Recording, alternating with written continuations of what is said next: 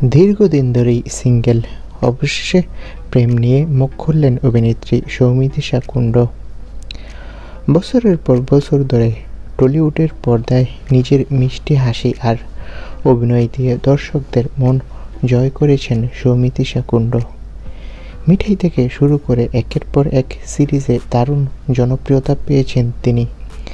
কিন্তু এত সাফল্যের মাঝেও একটা প্রশ্ন রয়ে গেছে সবার মনে, সৌমিত্রিষা কি এখনও সিঙ্গেল? অবশেষে নিজেই মুখ খুললেন অভিনেত্রী। সম্প্রতি নিজের নতুন ছবির প্রচারে গিয়ে সাক্ষাৎকারে সৌমিত্রিষা বলেন, হ্যাঁ, অনেকেই ভাবেন আমি কাকে ভালোবাসি বা আমার জীবনে কেউ আছে কিনা, কিন্তু সত্যিটা হলো আমি দীর্ঘদিন ধরেই সিঙ্গেল।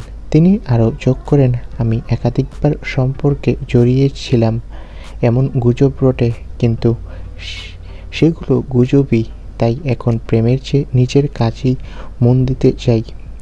অভিনেত্রীর কথায় একটা পরিপক্কতা স্পষ্ট। তিনি বলেন, সব মেয়ের জীবনে শুধু বিয়ে আর সন্তান দিয়ে মাপা যায় না। একজন মেয়ের পরিপূর্ণতা আসে তার চিন্তা আর আত্মবিশ্বাস থেকে।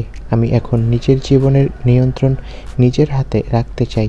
আর এই স্পষ্টবাদী উত্তর শুনে অনেকে বলছেন, সৌমিত্রিষা শুধু সুন্দরী নন, মানসিকভাবে অত্যন্ত শক্তিশালী একজন নারীও।